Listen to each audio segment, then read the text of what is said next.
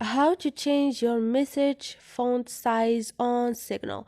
Hi guys, in this video I will show you how to change your message size on your Signal application. It's so easy and quick, so let's jump in. First thing, go to your Signal application on your phone. Now click on those 3 points up there,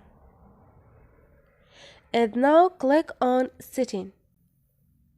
Scroll down and click on Appearance, and now click on the third option, which is Message Font Size. Click on it, and like you have small, normal, large, and extra large.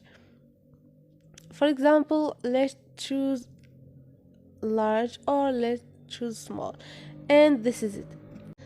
So this is it guys, hope this video was helpful to you, and if you liked the video, don't forget to subscribe and like.